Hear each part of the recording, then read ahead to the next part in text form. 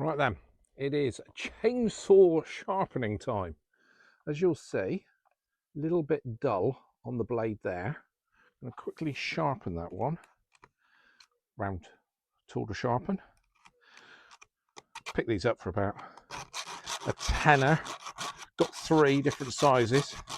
2 completely bloody useless. Don't know what the hell they're thinking the chainsaw looks like. Anyway, there you go. That's that one there.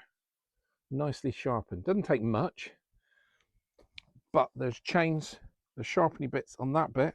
That one there is on the other side. So what I've got to do is go around one side, then come back and go around on the others.